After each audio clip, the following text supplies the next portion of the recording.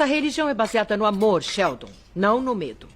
O que acontece quando as pessoas não seguem regras? Elas ardem no inferno. Olá, amigos da Paranormal Ataque. Vocês que me seguem já sabem que de vez em quando nós aqui pegamos uma seita para examinar, explicar para vocês os detalhes sobre ela, né? Às vezes uma sociedade reservada, às vezes a maior ordem religiosa do mundo. Não importa. Todos são tratados iguais aqui. E com a seita crescendo em Grácia, não será diferente. Tudo começa com um homem chamado José Luiz de Jesus Miranda, nascido no ano de 1946 e vindo a falecer em 2013.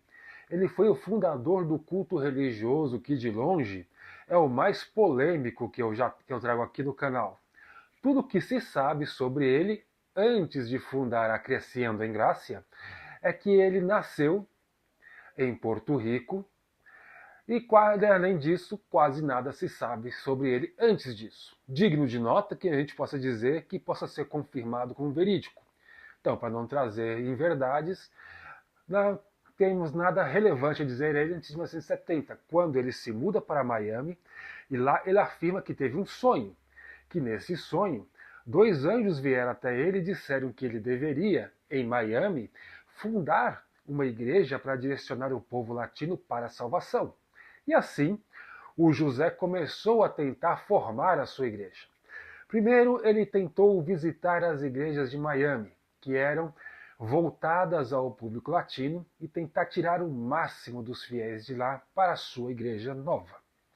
Ele também visitava as comunidades latinas e foi construindo a sua igreja. Mas apesar de já ter muitos fiéis e se tornar uma igreja grande, ainda não era o suficiente para ele. Então ele resolveu surfar na onda dos pastores televisivos e criou a emissora Teleglácia, com sede na Colômbia.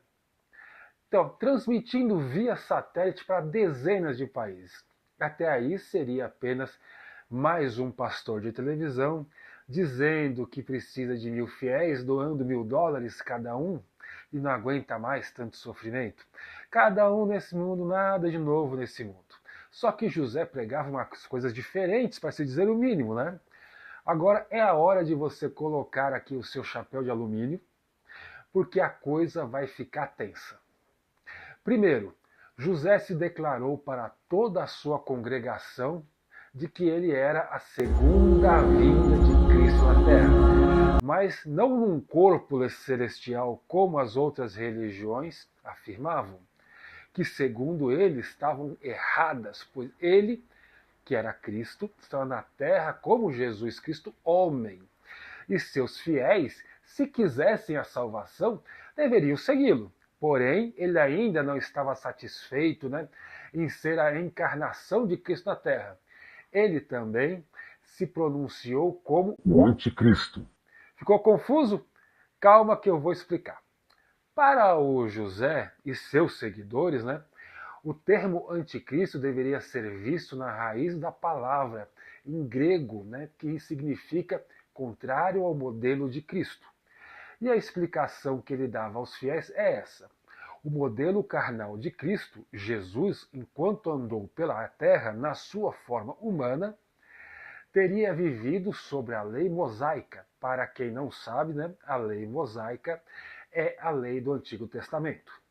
E vivendo sobre essas leis, novamente falando que isso aqui é segundo a cabeça do José, Jesus teria vivido em um modelo carnal, ou seja, sujeito a pecar como todo mortal.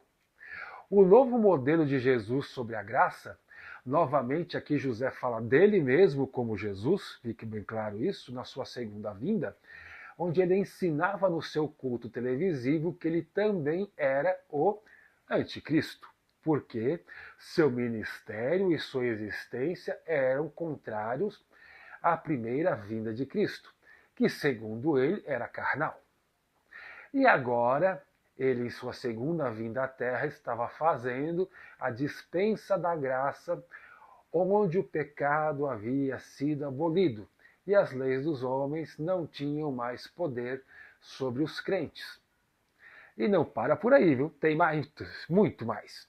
Com a abolição do pecado, que segundo ele, com a sua morte na cruz, já que estamos falando de um homem que afirma que era Cristo vindo pela segunda vez, a lei foi cumprida e, portanto, o pecado deixou de existir para todos no mundo. Claro que não somente para aqueles que eram membros, né, da igreja crescendo em graça. Por quê? Sabiam que seu líder, ele era o anticristo, no sentido de que ele era livre do jugo do pecado e da condenação. Algo que o Jesus, o homem original, não estava segundo a interpretação dele da Bíblia, dele, do José. E começam então os absurdos feitos pelos seus fiéis. Muitos, mas estou falando de muitos mesmo, começaram a tatuar na testa o número 666 e a sigla SGL, Somos Graça. Essas pessoas não viam isso como um sinal satânico, muito pelo contrário. Para elas era uma marca de identificação e lealdade ao novo Cristo, e a forma de identificá-los como aqueles que foram dispensados de pagar por qualquer pecado. Pois, para esses escolhidos, o pecado não mais existia. O que você acha dessa seita? Deixa aqui nos comentários a sua opinião. O que você já ouviu falar da Crescendo em Graça? Se você conheceu, o que você acha? Deixa aí nos comentários, deixa seu like, se inscreva no canal e até o próximo vídeo.